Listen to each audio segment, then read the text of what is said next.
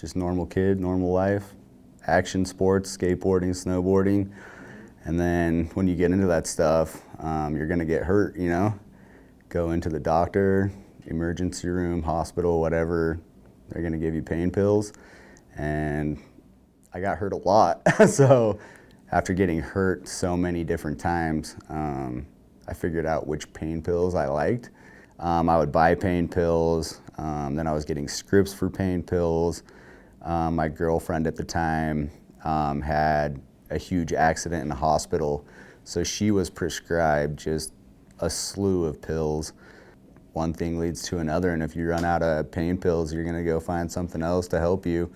And that thing for me just ended up being heroin. So I was watching my buddy's house, and I ended up sniffing a couple pain pills, and I was just done. I woke up like 8 days later on life support. My friends just didn't know what to say, what to do. My family wouldn't talk to me. One day, I was just at my mom's house, and I was sitting on the computer, and she just walked in, and she's like, "Do you want to go to a treatment program?"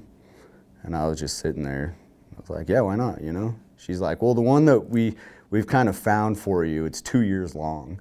And I was like, "Yeah, whatever," you know, like, didn't even think about it. So the first week that I was there, my girlfriend had been in treatment for a month at that time, and she graduated a 30-day treatment, got out, relapsed, and died. And so I was just in this treatment program, and like the main guy came up, he never talks to anyone, and he's like, "Hey, I need to talk to you." And I was like, "All right." And walked in this room, and my parents were up there, and I was like, "Wow, like, haven't seen you in a long time." So they came up to Seattle to let me know that she had died, and they were gonna give me a ride back to Utah to go to her funeral and stuff. And right as I was about to walk out of that room, her dad ended up calling my dad, and I talked to him on the phone, and he was just like, "I know you know that John had died now. You went up there for one reason, and it's to get clean. Like, don't come back here right now, because you know what you're gonna do if you come back here and go to this funeral." I sat there and thought about it for a minute, and I was like, "You're right. Like, one of the main reasons I came back up here too is to get clean, so that hopefully she was clean when I got out of treatment and we could move forward." So all that kind of threw out the window, but that was the moment that I was like, "All right, you know, like I've had enough."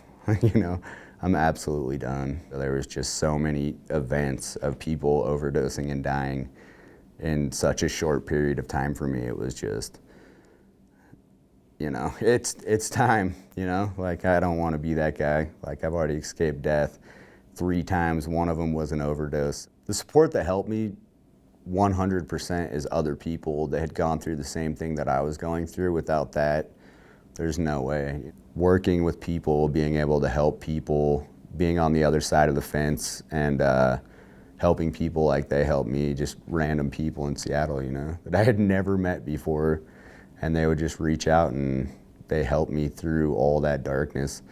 So I just started doing that at the VOA.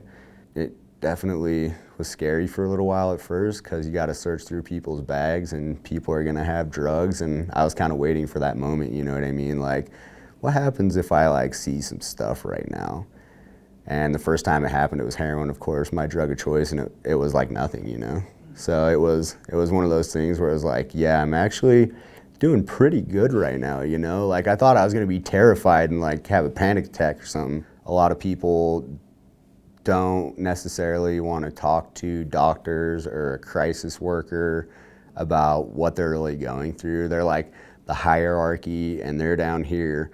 And then we can come in and explain to them that we're peers with them, you know? Like, me and you are no different in this setting, except for I'm in recovery right now, and literally I've been exactly where you are.